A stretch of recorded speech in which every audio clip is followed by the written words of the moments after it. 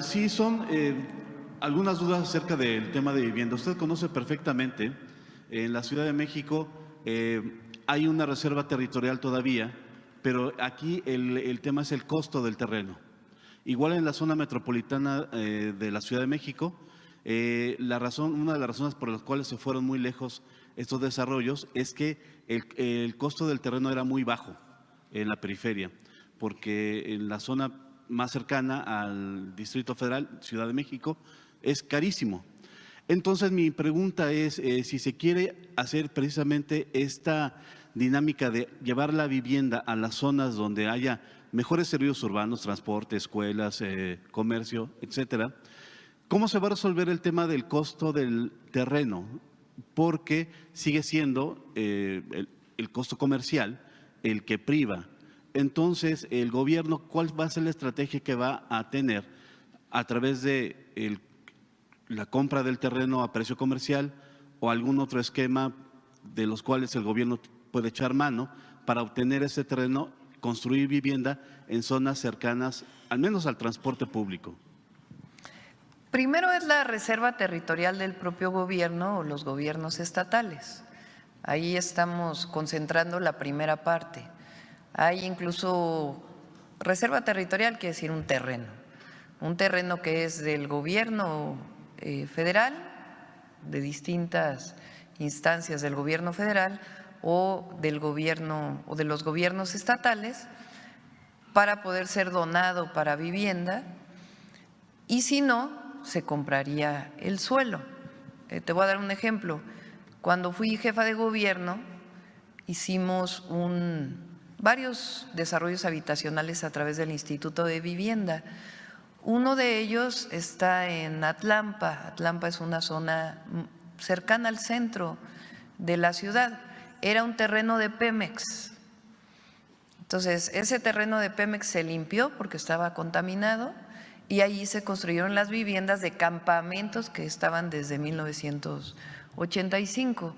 Así Etna tiene ya pues cerca de 3 meses, junto con todas las instancias de la Secretaría de la SEDATU, que está revisando cuál es la reserva territorial que quede cerca de las zonas urbanas para que puedan desarrollarse estas unidades habitacionales. Infonavit tiene sus propias reglas, pero también hay reservas territoriales de Infonavit, y si no, se compraría suelo, que sería, digamos, a costo del gobierno para que se pueda desarrollar la vivienda económica. Okay. Segunda duda es, en las láminas alcancé a ver que se va a constituir una empresa constructora del gobierno. Me gustaría saber cuándo tendríamos ya los detalles de cómo se va a llamar, quién la va a dirigir y cuál será su mecanismo de operación. ¿Sería esto precisamente de trabajar para obtener el suelo, la reserva territorial, pero además esa empresa va a comprar los insumos, los materiales, contratar el personal? ¿Cómo sería el manejo de esta empresa que hasta donde yo recuerdo el Infonavit entrega créditos para que uno compre a través de una empresa constructora, pero es la primera ocasión que yo tengo idea de que el gobierno va a construir casas y cuál sería su presupuesto a futuro? Sí, es una iniciativa que viene desde el gobierno del presidente López Obrador. Fue una de las iniciativas que se enviaron el 5 de febrero del 2024. Es un cambio constitucional. Entonces, primero tiene que darse el cambio constitucional para que Infonavit tenga esa atribución. Después viene una ley secundaria y ya el modelo de cómo se desarrollaría. Octavio ha estado pensando, o en el equipo hemos estado pensando en varias opciones.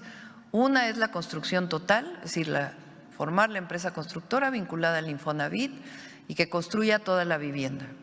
Otra es que adquiera los materiales, todo de manera transparente para que no haya ningún problema, que adquiera los materiales, cemento, varilla, etcétera, y que también puedan participar en la construcción, ya brindando los insumos, la materia prima desde el Infonavit, y la otra es continuar con los procesos actuales, en donde se den créditos para la construcción de vivienda con desarrolladores inmobiliarios. En el caso de Conavi, que son las viviendas para todos aquellos que no tienen Infonavit, que son viviendas que, esto es importante, porque el modelo de la Conavi es, se les va a dar un crédito de 0% de interés a pagar en 20 años o 15 años y que no paguen más del 30% de sus ingresos. Y estamos pensando en familias de escasos recursos que también puedan tener acceso a la vivienda. En este caso, pueden también firmar convenios con la empresa del Infonavit que les permita acceder pues a estas facilidades. ¿Cómo lo vamos a hacer? Ya tenemos el modelo, ahora que pase la reforma constitucional y la ley secundaria, ya venimos aquí a la mañanera a explicarles con todo detalle cómo funciona esta empresa. Sí,